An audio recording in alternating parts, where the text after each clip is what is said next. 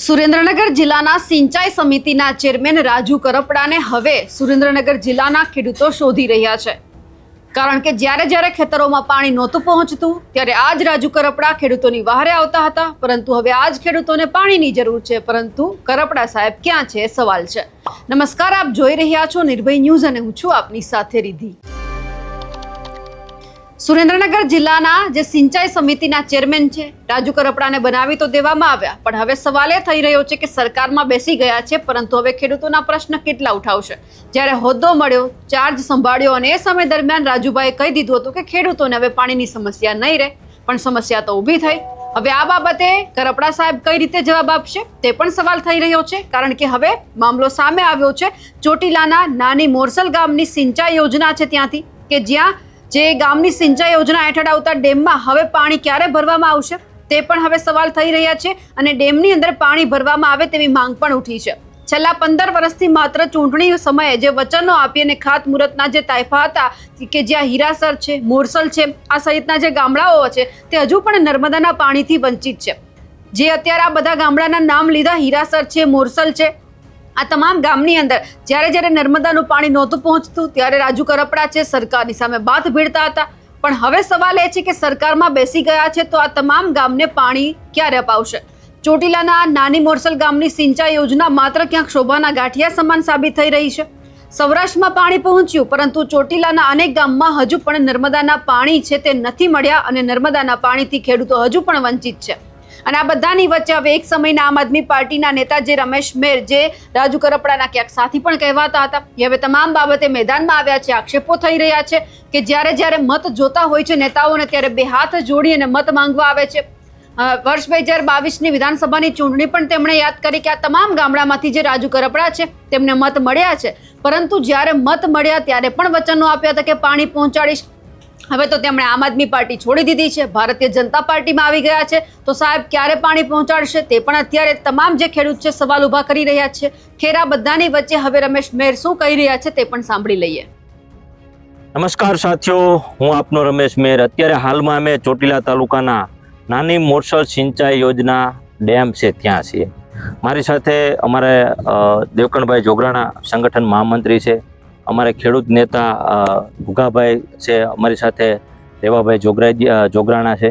આજે અમે એટલા માટે આજે મુલાકાત લીધી કે દર વખતે ચૂંટણી આવે અને આ નાની મોરસલની જે સિંચાઈ યોજના છે એમાં મામું બનાવીને જે મત લઈ જવાવાળા છે એને અમે અત્યારે અહીંથી આ નાની સિંચાઈ યોજનાની અંદર અમે વચ્ચોવચ્ચ ઊભા છીએ, ત્યાંથી અમે કહેવા માગીએ છીએ કે ક્યાં સુધી તમે આ નાની મોરસલ અને આજુબાજુના એરિયાના ગામના લોકોને મૂર્ખ બનાવશો। દર વર્ષે ચૂંટણી આવે ને બે ભૂંગળા તમે નાખો। અત્યારે અહીંયા આગળ અમે જોયું કે અહીંયા સુધી ભૂંગળું આવીને પડ્યું છે। આની પહેલા જ્યારે ચૂંટણી હતી વિધાનસભાની ત્યારે અહીંયા જ આગેવાનો આવીને કહેતા હતા કે આ વખતે મત આપો એટલે બીજા દિવસે તમારા પાણી પડે। આવું આ વખતે કીધું, ફરીને તાલુકાની ચૂંટણી આવી, પાછા ખેડૂતને મામું બનાવવાનું આ લોકોએ કામ કર્યું ભાજપવાળાએ કે આ વખતે તમે કરો એટલે પાણી આમાં પડે। હજી એમનું ભૂંગળું યાં છે, નાનું એવું ભૂંગળું છે જાણે કેમ નાનું ગટરનું ભૂંગળું। આવડી મોટી સિંચાઈ યોજના, આવડી મોટી ડેમ, આ ક્યારે ભરાય?